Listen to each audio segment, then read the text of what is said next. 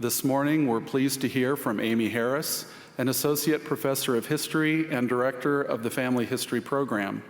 A native of Ogden, Utah, Professor Amy Harris is a member of a large, sprawling family. As the youngest of 9 children and the youngest of 119 cousins, she has always been fascinated with family relationships, and that fascination continues to inspire her research and teaching. After graduating in family history from BYU, she earned an MA in European history at American University and a PhD in British history from the University of California, Berkeley. She also has a professional accreditation in English genealogy. She uses both her historical and genealogical training to study family relationships of the past, specifically in 18th century Britain. She is particularly interested in the way family and social relationships inform one another. She has written about sibling relationships, childhood, and marriage in England, as well as essays about genealogical methods and early Mormon women. Her first book, Siblinghood and Social Relations in Georgian England, was published by Manchester University Press in 2012. She is currently working on a new book, A Single View, Family Life and the Unmarried in Georgian England, which analyzes family relations across the lifespan of never married men and women. Dr. Harris has completed fellowships at the Center for 17th and 18th Century Studies at UCLA's William Andrews Clark Library and at the Newberry Library in Chicago.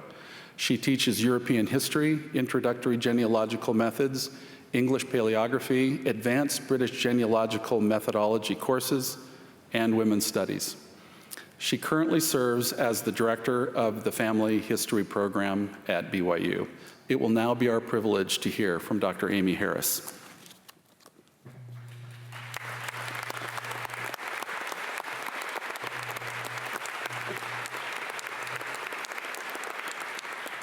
Thank you. I'm going to tell you 2 stories today, a short one about dead cats and a long one about dead people. First, dead cats. Now, I know you might be tired of so many talks beginning with stories about dead cats, but bear with me. My parents' views on pets, cats or otherwise, could not have been more different. My mother, pictured here, grew up in a household that didn't allow animals in the house. My dad grew up in a home where pets, at one point including even a monkey, pictured here with my grandfather, were allowed inside. Over their 60-some-odd years of marriage, my parents struck a bit of compromise about pets in our home.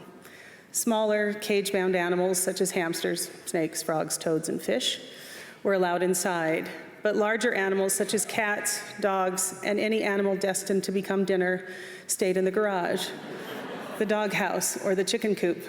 Dogs were confined, but cats were free to roam.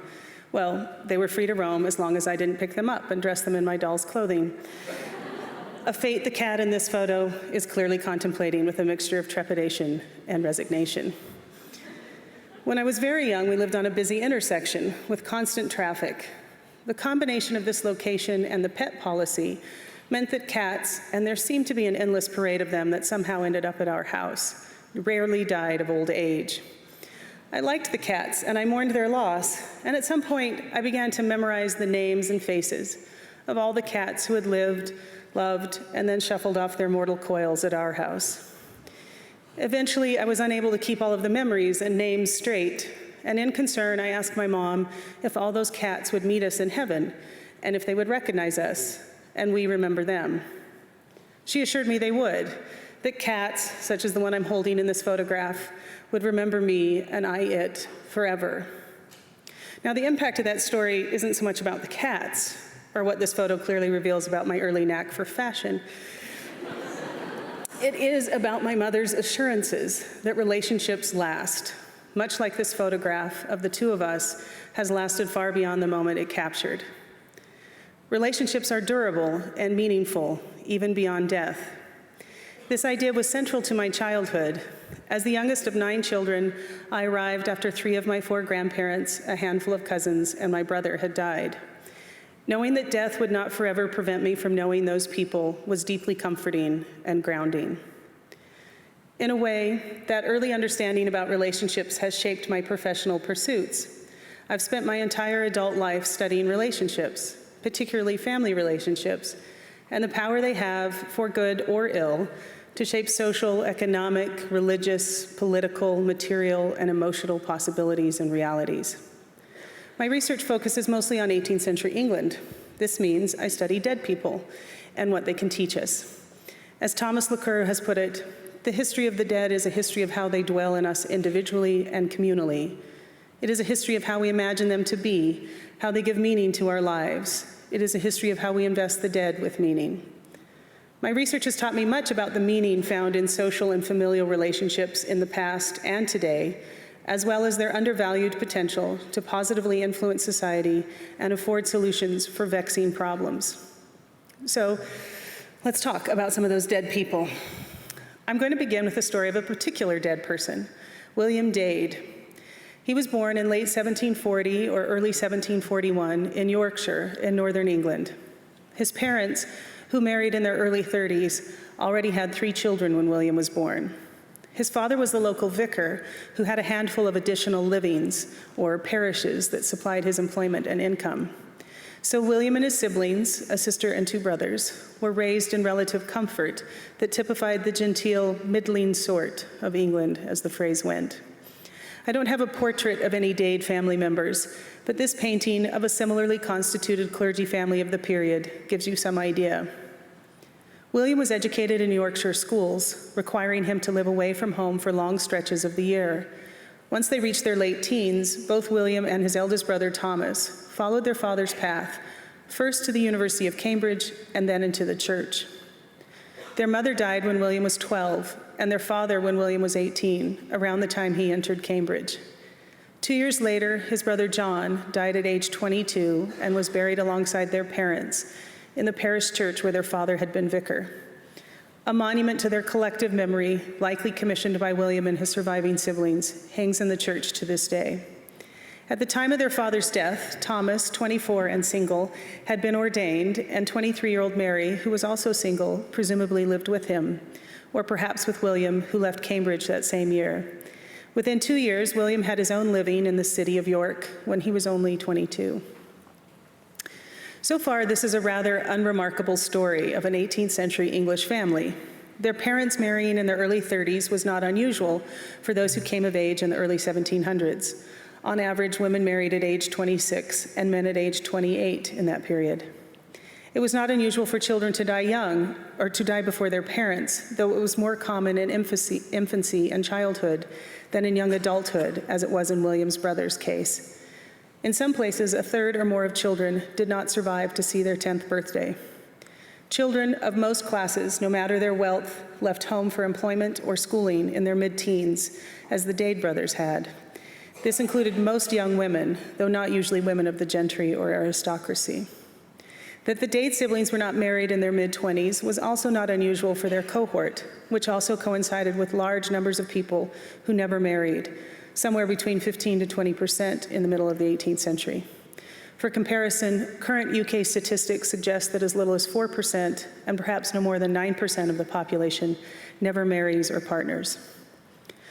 That the brothers followed their father's occupational path into the church is similarly unremarkable. Between a quarter and a third of 18th century English clergymen were the sons of clergy. This was typical of the 18th century that perpetuated, often with great vigor, socioeconomic distinctions and inequalities. Also typically, sibling relationships were important to the Dade family. Their parents marrying later and dying relatively young meant that for the Dade siblings and many people in this period, siblinghood was the most central and durable of family relationships. People depended on siblings for a host of material, social, and emotional support. They were close or not in ways that might look familiar to you and to the people pictured in these slides. They had great solidarity and great power that few other relationships did. They continue to have great power and influence today, as this next set of pictures, particularly the one in the middle, show. Let's just say that if any other adult suggested you wear matching outfits, get matching haircuts, and have your picture taken, the happiness depicted here would not be the likely outcome. Like today, 18th century siblings were lifelong, but unlike today, they were often on their own, at the center of family relationships. Siblings came before spouses and children who arrived late in life, if they arrived at all, and they outlasted parents who often died before all of their children reached age 30. When siblings fought and struggled with each other, even when their relationships weren't perfect, like some of you and your siblings, or like these boys,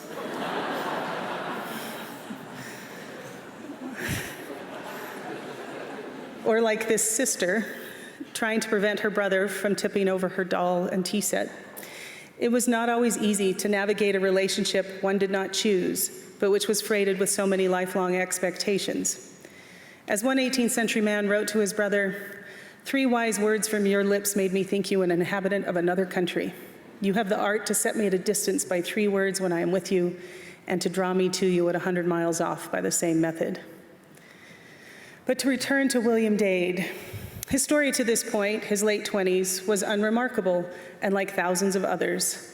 But in 1770, as he entered his 30s, William made a remarkable decision. He decided that Church of England parish registers should contain more information than they typically did. He wanted, in his words, to improve, quote, "the imperfect method hitherto generally pursued." If you think that doesn't sound all that earth-shattering, to change English parish registers, just be patient with me, because this was an astounding development, a development that had with untapped potential to better the world today. First, I need to put William Dade's parish registers into a bit of context. English church registers began after Henry VIII's break with Rome and the establishment of the Church of England in the 1530s. From then until the 18th century, entries for baptisms, marriages, and burials typically had limited information.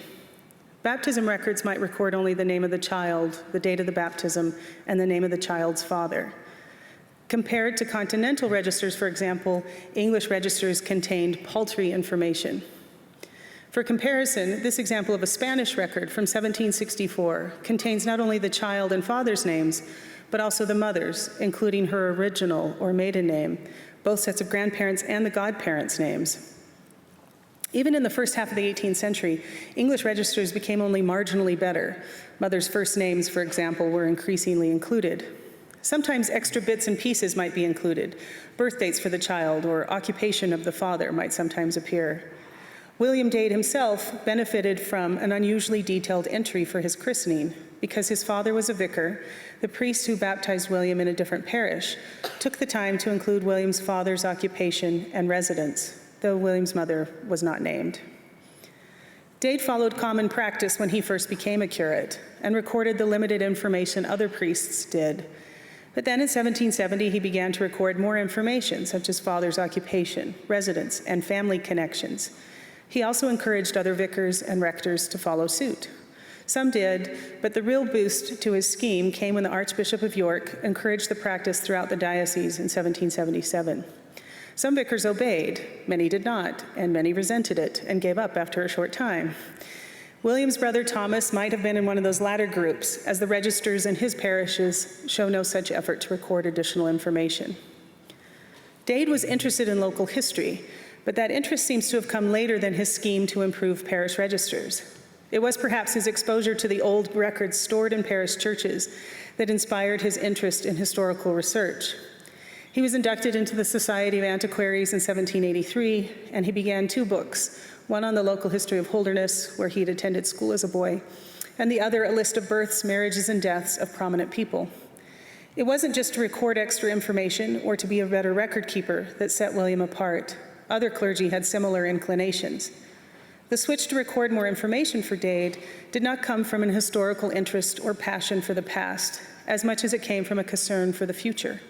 As he wrote in the Register when he began his efforts, "This scheme, if properly put in execution, will afford much clearer intelligence to the researches of posterity than the imperfect method hitherto generally pursued." He reasoned that families in the future would want to know more about the past, particularly their personal past. What motivated him was future people and their needs. Dade was thinking of how his actions could echo beyond his lifetime into strangers' lives.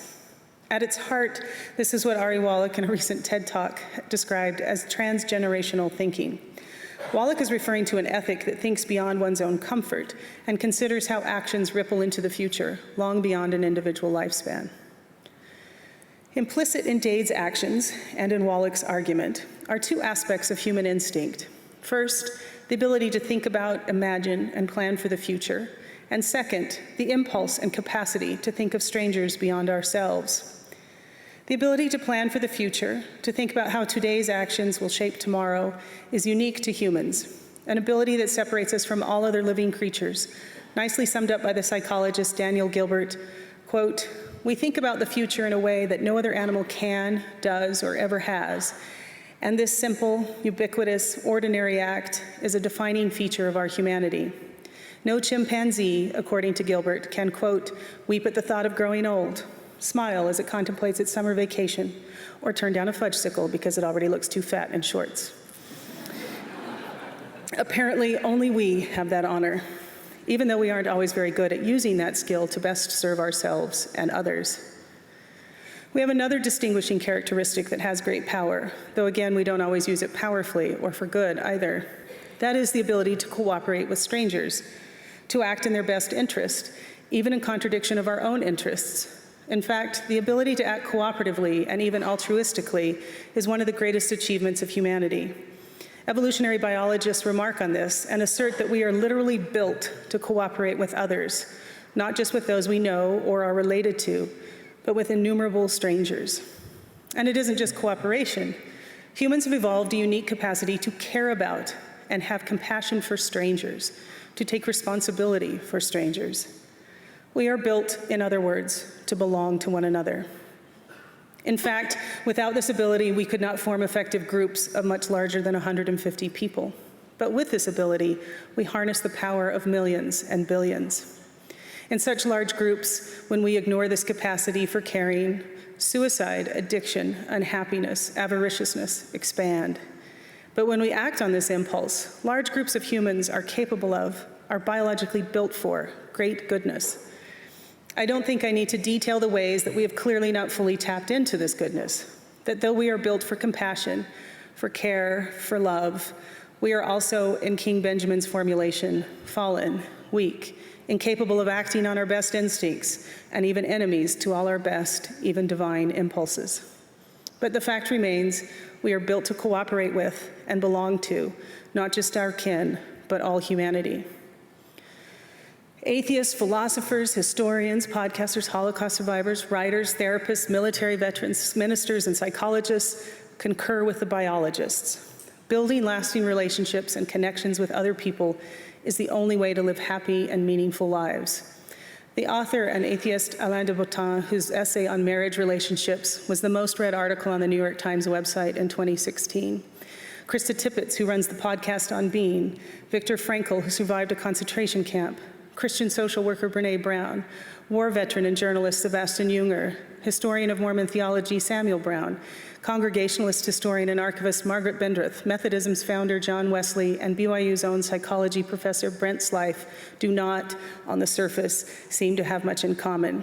But they all landed in the same spot, asserting that building relationships with others, loving others, is the most important work of humanity, not the byproduct, but the purpose of life. In Slife's words at a recent devotional, loving others must be an end, not a means. And in John Wesley's words, quote, the gospel of Christ knows no religion but social, no holiness but social holiness. This winding through fields decidedly not related to my research experience and training may seem like a long sidetrack, but it demonstrates that when William Dade stated his reasons for adding more information to parish registers, he tapped into two apparently universal human abilities: to think about the future and the inclination to belong, to connect. In that respect, he was maybe not so exceptional. His actions are ones that we could theoretically replicate. It was his combination of these two human behaviors that made him exceptional. The social scientists, authors, and journalists I've just listed have emphasized the importance of relationships or discussed the ability to plan for the future. But Dade was doing both simultaneously. He was thinking about relationships across time, across vast stretches of time. And he was thinking beyond the barrier of personal acquaintance to encompass strangers. Many people before him thought of their famous ancestors or about their posterity, or about enforcing rules about who constituted sufficiently illustrious ancestors and sufficiently legitimate posterity. Dade, on the other hand, stitched together his interest in the past to the lived daily lives of the people whose details filled the books he kept, and then stitched that to the concerns and desires of future strangers. That's not just transgenerational thinking. That is what I call genealogical consciousness. Genealogical consciousness is an ethic, a moral way of behaving based on seeing oneself and one's actions as inextricably linked with past, present, and future people's lives and hopes. Hoping future genealogists would have clearer intelligence in their research doesn't sound like much of a gift, but the real power in Dade's actions is that he considered himself and all those future strangers as connected, that he could do something for them, something that came with no possibility of reward for himself, something they'd be grateful for. He saw them, frankly, as people, not objects, not abstractions, not as something unimportant to himself. Genealogical consciousness means seeing how past, present, and future are connected. Again, not in an abstract sense, but in the lived reality of actual thinking, feeling people, and how they and we are connected over time and space. This echoes an idea from Margaret Bendrith, the archivist at the Congregationalist Library. Quote, "Instead of defining ourselves through associations with once famous people, or taking our ancestors too lightly by assuming they were not as complex as we are, we should want an encounter with the past that will challenge and deepen us," end quote. Similarly, we need an encounter with the future that challenges and deepens us. Now, most humans want to be remembered, to leave something that lasts beyond their lifespan, no matter the scale of that remembrance. In the words of Umberto Eco, we make lists because we do not want to die. Indeed, what are the Book of Chronicles and all the pyramids, tombs, and masses for the dead, if not hopeful expressions that we will be remembered? What else would have motivated the builder of my home in 1951 to write his name on the plaster that was about to be canvassed and painted over, if it was not some vestigial hope that the recording of his name would grant him a measure of immortality that the bricks he used and the walls he built could not? But Dade wasn't thinking of himself. He wasn't clamoring to be remembered. He was thinking of, well, us, of future strangers he would never know, and of our need to belong and be connected to something larger and longer lasting than ourselves. The posterity William Dade imagined appreciating his efforts was not his own. He remained childless until his death in 1790, as did his sister, who died in 1782. And his remaining brother also died childless in 1806. The detailed forms Dade created and which recorded his and his sister's deaths versus the sloppy but more typical account of their brother's burial show that Dade's innovation had limited reach. He and his family passed into obscurity. In fact, despite his importance to English genealogy, his family did not appear as a group on either of the two largest collections of online family trees until this summer, when in researching this talk, I organized and grouped together the Dade family files on Family Search's family tree. And it wasn't just the knowledge of Dade's family that died out. Despite additional Church of England clergy adopting his pattern, his remarkable idea did not survive long. The practice largely disappeared after 1813, when regulations about the Church of England registers changed. Parish registers were now required to be kept in pre-printed books that limited the flexibility that had allowed Dade to think of registers more expansively. Some vicars continued to squeeze in the extra bits of information into the printed boxes, even into the 1840s, but the practice largely disappeared, never to return. And other than people researching their ancestors in these records, no one knows about William Dade anymore. Well, except now all of you. But all was not lost for genealogical consciousness. Joseph Smith, Wilford Woodruff, and Susa Young Gates all took their personal religious and spiritual experiences and used them to think about all of humanity across all time and our connections to one another and to God. We should pause here and recognize Susa Young Gates' remarkable work that is often less well known than Joseph Smith's or Wilford Woodruff's. Prominent in late 19th century and early 20th century Mormon leadership, founder of the Young Women's Journal and the Relief Society magazine, and active in the struggle for women's suffrage, Gates was also passionate about genealogy. In the 1890s, she collected information from living relatives and traveled to archives in the East to conduct research. In 1902, she fell seriously ill and received a blessing. In the blessing, she was told she would continue to perform temple work, but that she would also, quote, do a greater work than she had ever done before. Her understanding of this blessing turned her from someone acquiring genealogical knowledge for herself and her family to someone deeply committed to genealogical consciousness. She wrote that while she had already been interested in temple work, she now, quote, felt that I must do something more, something to help all the members of the church.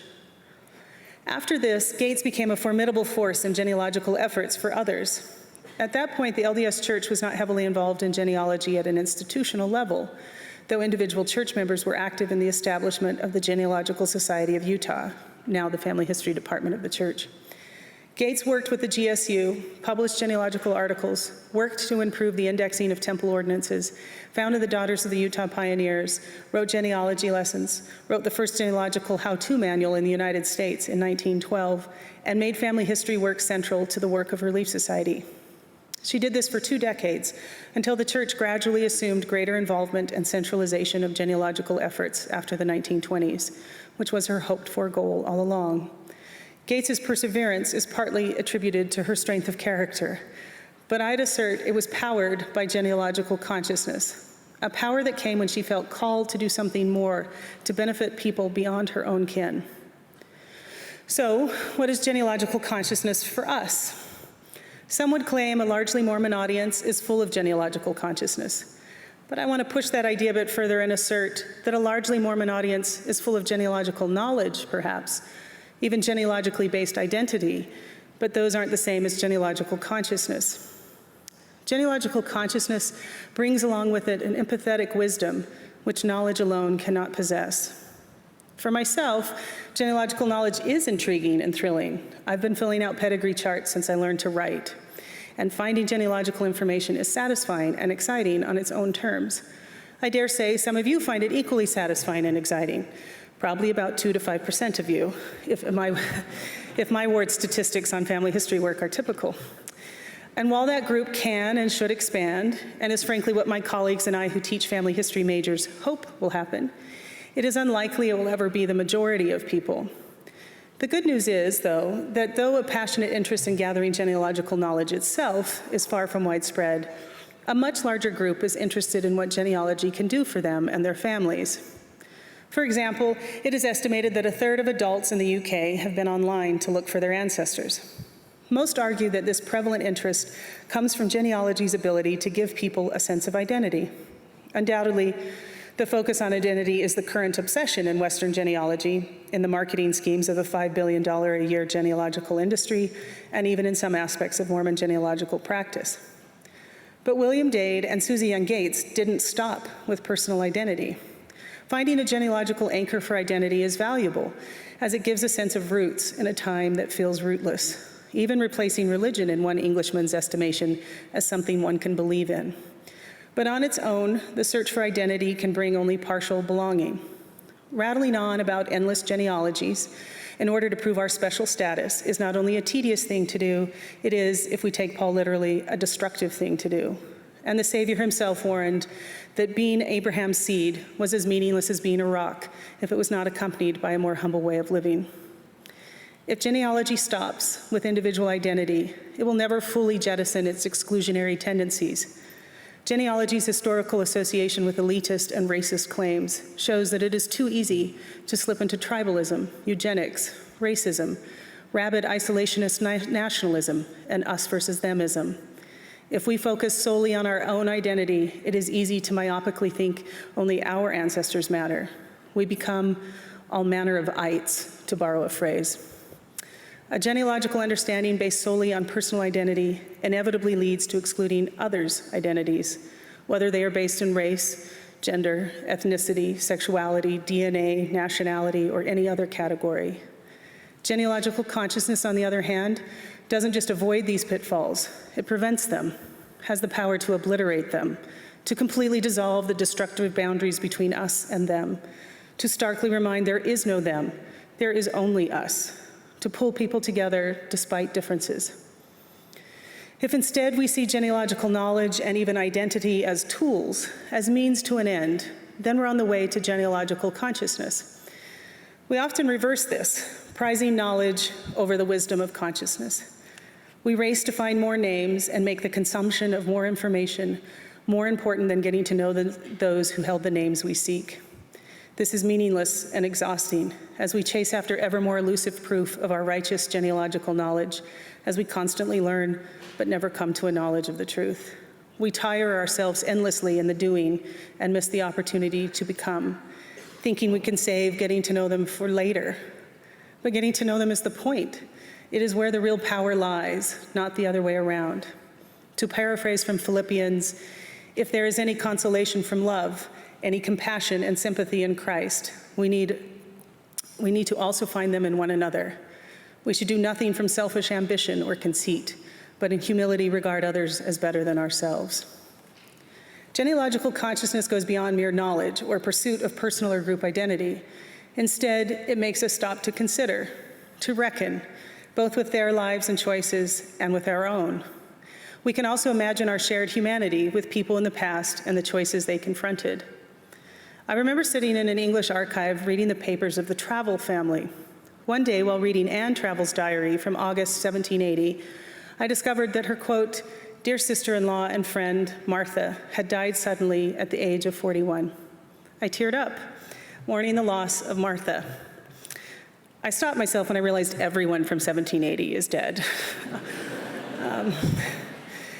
But then, as I considered my response further, I realized I was not shedding tears for Martha's death as much as I was for the pain her death caused her family and friends. Anne wrote that she spent the rest of that evening writing 20 dreadful letters, informing friends and family of Martha's death. I can imagine how dreadful that was, the pain of losing a lifelong friend and a much-loved sister-in-law, a person I too had grown to love as I read her letters. I further considered what a devastating blow it would be to me to lose a sibling or a sibling-in-law.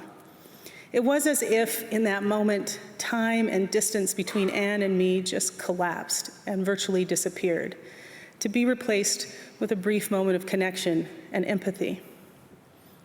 If, like Dade, we pause to consider the long since dead, we can pivot to considering present and future relationships. As Margaret Bendreth put it, the choice is not to load our ancestors down with honors or run away from them as fast as we can. Our faith requires us to take the past seriously and to receive its people warmly and wisely. It requires us to be generous and in a fundamental way, truly inclusive, end quote. And I would say it doesn't stop there, because developing genealogical consciousness requires we think about strangers in the past. It develops the possibility of thinking about strangers in the present and strangers in the future. To think about how our relationships and actions will last beyond death, will echo into future strangers' lives. In doing so, genealogical consciousness makes heavy demands that we act more compassionately and more Christ-like. In conclusion, I'm going to explain my title, which you will notice was not read aloud today. As a historian of the 18th century, I've grown accustomed to long narrative titles, such as the one you see here. And as a lover of fine children's literature, I'm amused by E.L. Konigsberg's title of one of my favorite children's books. But while those explain the long style of my title, they don't explain the content, and they certainly don't explain the dead cats. Why didn't I just entitle my talk, Developing a Genealogical Consciousness, since that's the point of the talk? Because I had the suspicion, backed by decades of personal experience, that if any words resembling genealogy or family history were used to describe something to be presented to an audience of Latter-day Saints, attendance would either be virtually non-existent or would consist entirely of those already seriously, passionately, rabidly interested in family history. As much as I love that latter group, and in fact count myself among them, I wanted to reach an audience who didn't think they had anything to learn about the reasons for genealogical pursuits, or who only feel guilty or overwhelmed when the words family history are uttered. I did not want to burden that group any further. I wanted to offer an additional perspective or alternative approach. Our shared theology is replete with genealogical consciousness and its potential to create meaningful change for the better. As Patrick Mason has put it, This Mormon image of being knit together with the children of God and all our diversity, inextricably and intricately interwoven, is at the heart of Mormonism's social ideal. It reflects a life-affirming theology predicated on the notion that the entire family of God can and will be eternally bound together, that heaven is less about where we are than who we are with and the quality of our relationships, end quote. Genealogical consciousness is merely a label, meant to underscore that relationships with other people in the past, present, and future are durable, built for the eternities, and from them we can access previously untapped mines of divine power. Simply put, we cannot afford to treat genealogy the way we have, as something, to quote an acquaintance of mine, that dude in the third ward does. Or something that is satisfied by producing stacks and stacks of temple names in order to show them off, or rattle off numbers during Sunday school to impress or guilt others. If that is why we do it, then doing so is the only reward we will ever have. More than something that dude in the third ward or your great aunt does, genealogical consciousness is a way of being, a way of thinking about your place within and responsibility to the generations surrounding you. It holds a promise to erode racism and sexism, to reduce to rubble centuries of hatred and discrimination, to bind us together when all other ways of connecting only seem to drive us ever further apart, to take our instinct to belong and shatter its tribal proclivities and replace them with inclinations to Zion. If Elijah was meant to return in order to save the world from being an utter waste, then there is more for us to do with the manifestation of the Spirit that bears his name. Thank you.